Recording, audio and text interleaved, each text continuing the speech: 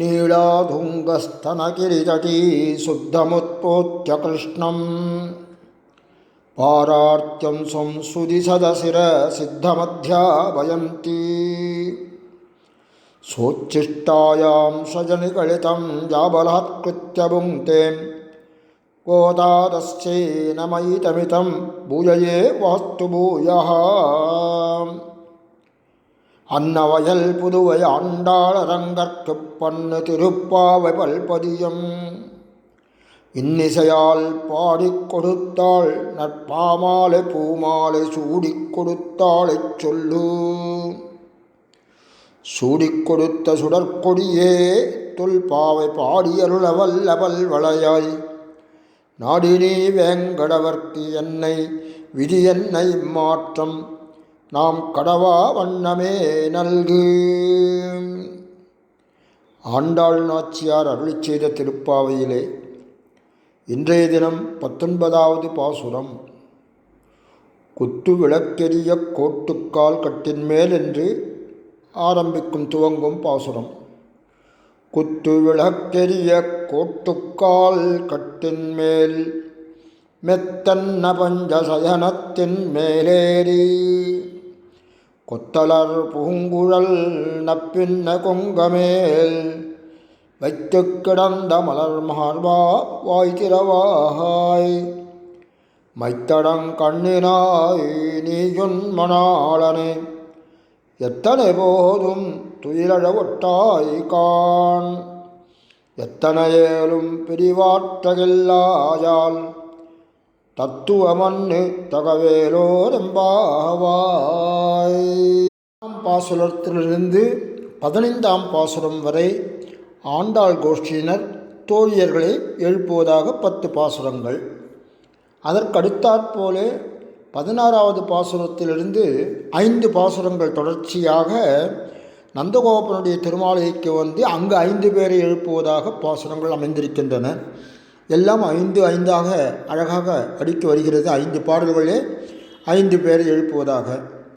முதலில் நந்தகோபாலனை எழுப்புகிறார்கள், அடுத்ததாக யசோதை பிராட்டி எழுப்புகிறார்கள், அடுத்தது கண்ணன் இருக்கிறார் என்று அந்த கண்ணனுடைய திருமாளிகையை பார்க்கிறார்கள், எழுப்புகிறார்கள். ஆனால் அங்கு கண்ணன் இல்லை. அதனாலே பலதேவனை எழுப்புகிறார்கள். அடுத்ததாக இந்த 2 19 20 பாசுரங்களில் பார்த்தோமானால் நப்பின்னை பிராட்டி எழுப்புகிறார்கள் 19வது பாசுரத்திலே. 20வது பாசுரத்திலே நப்பின்னை பிராட்டியும் கண்ணனும் சேர்ந்து அந்த திருமாளிகையில் இருப்பதை அறிந்து கொள்கிறார்கள். அதனாலே அவள் 2 பேரையும் எழுப்புவதாக அந்த 20வது பாசுரம் கூட அடுத்த பாசுரம் அமைந்திருக்கிறது. இப்பொழுது 19வது பாசுரம். இந்த 19வது பாசுரமும் மிக விசேஷமான அர்த்தத்தை கொண்டதாக விளங்குகிறது. பிராட்டியின் புருஷகார பிரதானம்தான் இப்பாட்டு வெளிப்படுத்துகிறது என்று சொல்லலாம். அதே போன்று ஜீவாத்மா பரமாத்மா இரண்டுடைய நெருக்கமான இந்த பிணைப்பு, அதனுடைய அழகை வர்ணிக்கிறது இந்த பாட்டு என்று கூட சொல்லலாம். திருப்பாவைக்கு பராசர பட்டர் அருளிச் செய்த நீலாதுங்கஸ்தனகிரி தடி சுத்தமுத்போத்தி கிருஷ்ணம் என்ற தனியன் இருக்கிறது. அது இந்த பாசுரத்திலே விளக்கப்பெறுகிறது அப்படின்னு கூட எடுத்துக்கலாம். குத்து விளக்கெரிய கோட்டுக்கால் கட்டின் மேல் மெத்தன்ன பஞ்சசயனத்தின் மேலேறி. கண்ணபிரானும் நப்பின்னை பிராட்டியும் ஒரு சேர இந்த திருமாளிகையிலே அனைத்து படுத்து கொண்டிருக்கிறார்கள் என்பதை ஆண்டாள் கோஷ்டியினர் அறிந்திருக்கின்றனர். 9வது பாசுரத்தையும் இந்த 19வது பாசுரத்தையும் இரண்டையும் ஒரு ஒப்புமை நோக்கலாம். இந்த இடத்துல 9வது பாசுரத்தினுடைய துவக்கம் என்ன? தூமணி மாடத்து சுற்றும் விளக்கெரிய தூபம் கமழ துயிலனமேற் கண் வளரும். அந்த இடத்துல தோழியை சொல்கிறா, மாமான் மகளே மணிக்கதவன் தாழ்த்திரவாய் அப்படின்னு. அங்கேயும் தூமணி மாடத்து சுற்றும் விளக்கெரிய தூபம் கமழ துயிலனமேற் கண் வளரும்னு. இந்த பாசுரத்திலே 19வது பாசுரத்திலே குத்து விளக்கெரிய கோட்டுக்கால் கட்டின் மேல் மெத்தன்ன பஞ்சசயனத்தின் மேலேறி கொத்தலர் பூங்குழல் நப்பின்ன கொங்கமேல் வைத்து கிடந்த மலர் மார்பா வாய்த்திரவாய்னு சொல்கிறான். அந்த இடத்துல யார்? நப்பின்னை பற்றி சொல்கிறது. மைத்தடங் கண்ணினாய் நீ உன் மணாளனை எத்தனை போதும் துயிலழ ஒட்டாய் காண். இந்த இடத்துல குத்து விளக்குன்னா நிலை விளக்கானது எரியா நிற்க, எரிந்து கொண்டிருக்கன்னு அர்த்தம். கோடுகால் கட்டின் மேல், யானை தந்தங்களாலே செய்த கால்களை உடைய கட்டிலே மெத்தன்ன, மெத்திருக்கும், மெத்து அப்படின்னு இருக்கும், மெத்துன்னு இருக்குன்னு சொல்கிறோம் இல்லையோ, அதே தான் மெத்தன்ன அப்படின்றது. பஞ்சசயனத்தின் மேலேறி, பஞ்சினான படுக்கையின் மீது ஏறி. இந்த இடத்துல ஒன்று விசேஷம் பார்க்கணும். ஒரு பஞ்சசயனம்னா படுக்கையானது எப்படி இருக்க வேண்டும் அப்படின்றது அழகாக வர்ணிக்கிறார்கள் இங்கே. அது 5 விதமான குணங்களை கொண்டு, கேரக்டர்ஸ் சொல்கிறோமே, அதை கொண்டு இருக்க வேண்டுமா ஒரு படுக்கையானது பஞ்சசயனமானது. பஞ்சசயனம் என்பதை மெத்தை விரிப்பு என்றும் கொள்ளலாம்.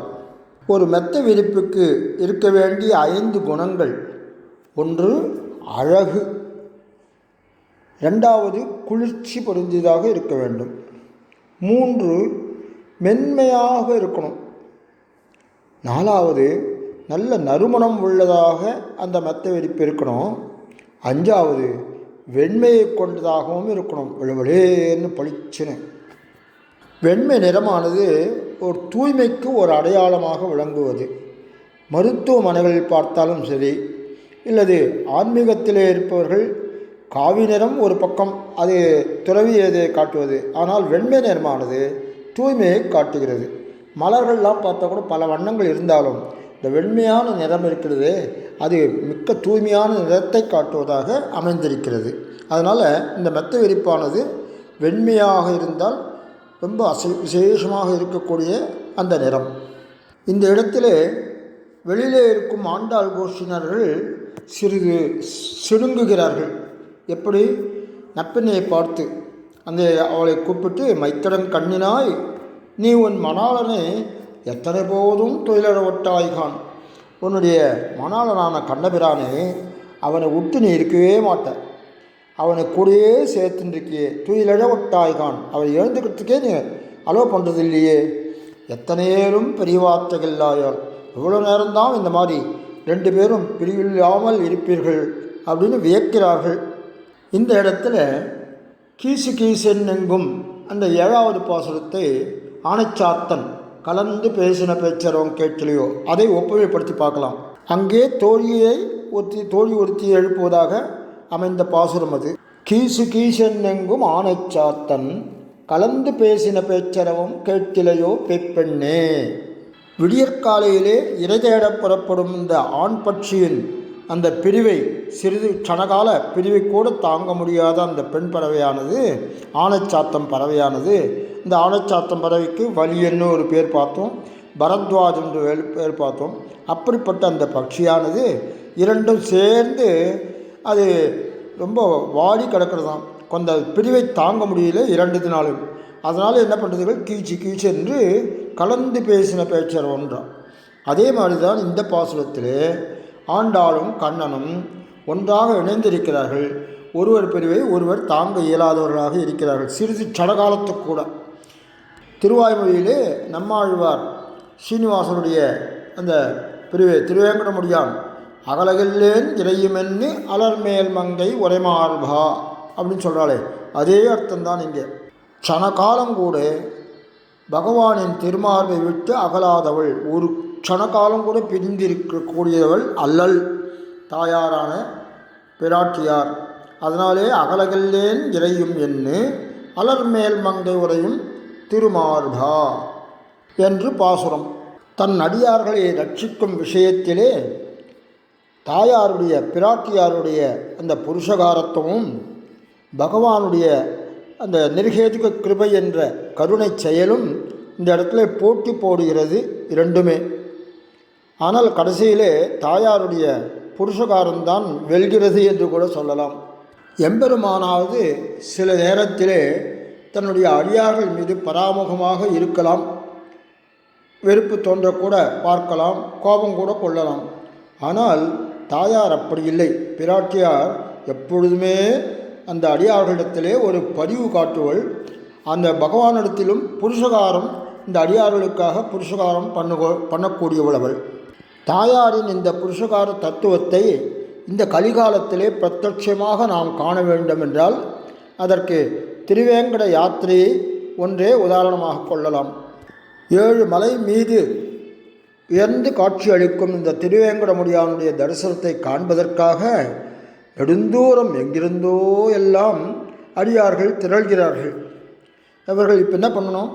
7 மலை கடந்து தானே திருவேங்கடமுடியானை சேவிக்க முடியும். அவர்கள் ஒரு எளிதான வழியை பின்பற்றுகிறார்கள். அது என்ன? ஆர்ஜித சேவா டிக்கெட் அது இல்லை, 300 ரூபாய் டிக்கெட் அதெல்லாம் இல்லை. அதை விட மிக எளிதான ஒன்று. இதெல்லாம் ஆர்கனைசேஷனல் இதெல்லாம் ப்ரொசீஜர்ஸ், அது ஃபாலோ பண்ணுறோம். நம்முடைய இதை காட்டுறோம், ஆதார் அட்டை காட்டணும், அதெல்லாம் இது. ஆனால் பகவானுடைய தரிசனம் எளிதாக நமக்கு கிடைக்க வேண்டும் என்றால் அடியார்கள் செய்ய வேண்டியது ரொம்ப சுலபமான ஒன்று. பெருமாள் 7 மலை தாண்டி அங்கே மேலே இருக்கிறார். ஆனால் அந்த பெருமாளை சேவிப்பதற்கு தாயாரானவள் இங்கே கீழே திருச்சானூரிலே இருக்கிறாள், அல்மேல் மங்காபுரத்திலே. அதனாலே முதல்ல பஸ் ஏறி 7 மலை செல்வதை விட இங்கு தாயார் சன்னதி திருச்சானூர் வந்து அல்மேல் மங்காபுரத்திலே தாயார் சன்னதியிலே தாயாரை சேவித்து பிரார்த்திக்கணும். தாயாரே, பெருமாளுடைய தரிசனம் எனக்கு வேணும், அதற்கு நீ புருஷகாரம் பண்ணணும்னு வேண்டிக்க வேணும்.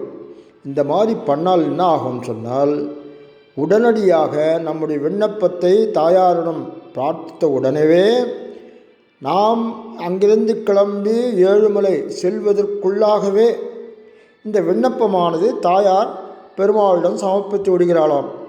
இப்படி ஒரு சீடன் வருகிறான், அந்த அடியார் வருகிறார். அவருக்கு நல்ல தரிசனத்தை நீர் தாரும் என்று நம்முடைய சார்பாக தாயார் பிராட்டியார் வேண்டிக் கொள்கிறாளாம் பெருமாளிடம். தாயார் சொல்லிட்டா அதுக்கு மறுவார்த்தை உண்டா? கடைக்கண்ணாலேயே சரி என்று பகவான் ஒத்துக்கொண்டு விடுவானாம். தாயார் கடைக்கண்ணால் பார்க்கிறாள், இதை சொல்லுகிறாள். அவளுடைய முக எக்ஸ்பிரஷன் சொல்கிறோமே, அதை பார்த்தோன்னே பெருமாளும் புரிந்து கொண்டு சரி என்று கடைக்கண்ணாலேயே இது கொடுத்துட்றானாம். அப்போது நாம் மலையை அடைந்திருப்போம். அங்கே பெருமாள் நமக்காக காத்திருந்து நம்மளை உள்ளே அழைத்து கொண்டு போய் நமக்கும் தரிசனத்தை தருகிறான். இந்த இடத்துல இன்னொன்று பார்க்குறோம். நம்ம என்ன பண்ணுறோம்? கஷ்டப்பட்டு எவ்வளோ கஷ்டப்பட்டு ஜருகண்டின்றதெல்லாம் சொல்லி உள்ளுக்குள்ளே போய் அப்படியே பெருமாளை ஒரே ஒரு செகண்டு தான் அந்த கண்ணி வைக்க ஃபோட்டோ இது எடுக்கிறோமே, அந்த நாழி கூட இல்லை, அந்த அளவுக்கு தான் பெருமாளை செய்து அது உள்ள ஜருகண்டின்னு ஆகி போகிறது. ஏதோ பெருமாளை சேவித்தோம், வந்து விட்டோம். அந்த இதே துவாரபாலை தாண்டி வெளியிலே வரும்போது நம்மளுக்குள்ளே ஒரு ஆனந்தம். ஒரு செகண்டு தான் பார்த்துருப்போம், இருந்தாலும் எல்லாருக்கிட்டையும் நம்ம சுற்றத்தாரோட நம்ம என்ன சொல்கிறோம்? அப்பா, பெருமாளுடைய சேவை நமக்கு கிடச்சிட்டு ரொம்ப சந்தோஷம், திருப்தியாக இருக்குது இப்போ தான் அப்படின்னு சொல்கிறோம். ஆனால் இந்த இடத்துல முக்கியமாக ஒன்று பார்க்கணுமா? நம்ம பெருமாளை சேவித்தது அது பெரிய விஷயம் அல்ல, அது முக்கியம் இல்லை. பெருமாள் நம்மை பார்த்தாரா, அவருடைய பார்வை நம் மீது பட்டதா, நம்முடைய அடியான் வந்துவிட்டு போயிருக்கிறான் என்பதை அவர் நோட் பண்ணியிருக்காரான்றது தான் முக்கியமான விஷயமாம். அதுதான் ரொம்ப இம்பார்ட்டண்ட் அப்படின்னு சொல்கிறா. அந்த மாதிரியாக பெருமாள் சேவிக்கணும்னா தாயாருடைய புருஷகாரம் இருக்கணுன்றது முக்கியம் என்று இதன் மூலம் தெரிகிறது.